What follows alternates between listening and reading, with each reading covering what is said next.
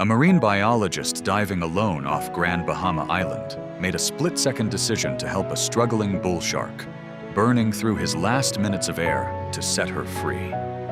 What that shark did the very next morning left him speechless. Marco had been counting sharks for 3 years off the coast of Grand Bahama Island, and he thought he had seen everything the water had to show him. He worked for a marine conservation non-profit based out of Nassau, doing population surveys at Tiger Beach, a stretch of shallow sandy bottom about 10 miles offshore that had become something of a legend among divers worldwide. The water there runs extraordinarily clear, visibility sometimes stretching past 100 feet, and the sharks know the area the way people know their own neighborhoods. Bull sharks, reef sharks, the occasional tiger shark moving through like a slow freight train. Marco logged them by size, by markings, by behavior. He gave some of them informal names in his survey notes, which his supervisor pretended not to notice. It was a Tuesday morning in late October when everything changed. The sea was flat, and the air had that particular quality it gets in the Bahamas in autumn, bright and clean, and slightly cooler than summer without being cold.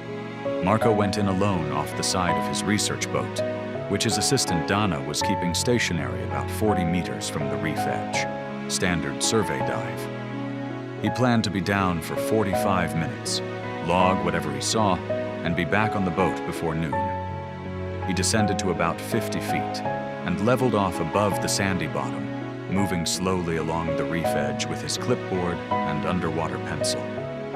The visibility was exceptional that morning. He could see clearly in every direction, and what he saw in the first few minutes was normal.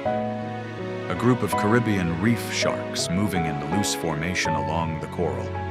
A nurse shark motionless under a ledge, the usual. Then something came out of the deeper water to the south, and Marco stopped swimming. It was a bull shark, a large female by the look of her, and she was moving wrong. Bull sharks are not graceful animals at the best of times, but they move with a certain powerful efficiency, all muscle and purpose. This one was laboring. Her swimming had a lopsided quality, one side working harder than the other, her body listing slightly as she came toward him. Marco held his position and watched her approach. She was close before he saw what was wrong. A length of fishing net was wrapped around her body just behind her pectoral fins. Ghost gear, the abandoned netting that drifts through the world's oceans long after the boats that lost it have gone home. This piece had wound itself tight around her midsection, and the edges had been cutting into her flesh for what looked like a considerable amount of time. The skin around it was raw and dark. She had clearly been trying to swim free of it for weeks, and every movement had pulled it tighter. Marco checked his air gauge. He had 32 minutes of air left. He looked at the shark.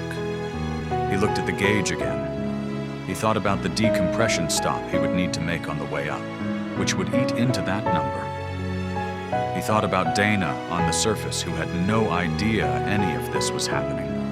He thought about the net cutting deeper into the shark's body every time her tail pushed her forward. He reached for the dive knife strapped to his calf. The shark had stopped about 6 feet away and was watching him with that unreadable stillness that large sharks have when they are not in motion. Marco had been in the water with bull sharks hundreds of times, and he respected them the way you respect something genuinely dangerous, carefully and without illusion. Bull sharks are responsible for more attacks on humans than almost any other species. They are territorial and unpredictable, and built like something designed specifically to be intimidating. Marco knew all of this, and he moved toward her anyway. He came in from the side, slowly, keeping his movements as smooth as he could manage. The shark turned slightly to track him but did not retreat. He got within arm's length and reached out with his left hand, making contact with her side just above the netting.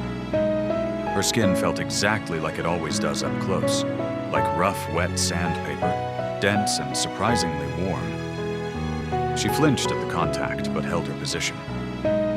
Marco got his fingers under the edge of the netting and pulled gently to test its tension. It was wound extremely tight. He worked the knife carefully under the first loop of netting and began to cut. The material was thick, the kind of heavy monofilament used in commercial fishing operations, and it did not give easily. The shark moved once, a short, nervous surge forward, and Marco pulled his hand back and waited. She slowed. He moved in again. He worked section by section, cutting and pulling, the knife finding purchase in the tight gaps between the netting and her skin. His air gauge ticked downward. 20 minutes, then 15. The net was coming apart in pieces, but the main loop around her midsection was still holding. Marco repositioned himself underneath her, working upside down in the water column, cutting at the thickest section of the tangle. His lungs were working harder now from the exertion, and he could feel his air depleting faster than the gauge suggested it would. The shark was completely still above him. She had stopped moving entirely, as if she understood that stillness was helping him. At 11 minutes of air remaining, the last section of netting came free. It drifted down toward the sandy bottom in slow, loose coils, and Marco watched it go, and then looked up at the shark. She hung in the water above him, not moving. Then she rolled slightly, one long, slow roll that brought her belly briefly toward him and leveled out again. She held there for another few seconds. Then she turned south and swam back into the deeper water, and within moments the visibility swallowed her completely, and she was gone. Marco made his decompression stop with 4 minutes of air to spare and broke the surface, breathing hard. Dana looked at him from the boat and knew immediately from his face that something had happened. He told her over lunch, spreading the pieces of cut netting on the boat's fiberglass deck between them. Dana picked up a piece and looked at it and put it back down and did not say anything for a while. The next morning, Marco went back to the same site. He descended to 50 feet, leveled off above the sand, and she was already there. Same shark, same markings, unmistakable.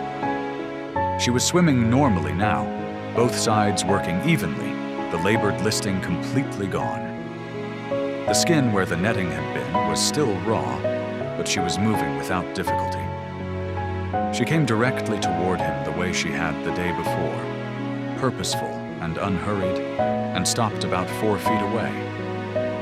They stayed like that for a long time, the diver and the shark, 10 feet above the sandy bottom of Tiger Beach, with the clear Bahamian water moving gently around them both. Then she turned and went back to the reef and resumed whatever she had been doing before he arrived. Marco logged her in his survey notes that morning with her informal name, which was Rita, and noted her position and her condition, and the fact that she had approached him deliberately for the second consecutive day. He kept the entry clinical and factual, because that is what survey notes are supposed to be. What he could not log, and what he has never been able to fully explain to anyone who asks, is what happened over the following 2 years. Every time Marco dived at Tiger Beach, Rita was there. Not always immediately. Sometimes it took 20 minutes for her to appear, but she always came. She would approach him, hold her position nearby for a while, and then go about her business. She never came that close to Dana.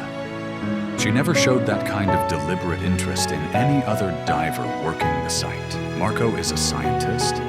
He is careful about language and resistant to sentimentality, and he will tell you plainly that assigning human emotions to shark behavior is not something he is willing to do professionally. But he will also tell you that he has dived Tiger Beach over 400 times, that he has been in the water with hundreds of individual sharks, and that what Rita did was not normal behavior, not once before, and not once since. He still dives there every week, He still logs her when she appears, which she does, reliably and without fail. He still cannot explain it. He has stopped trying,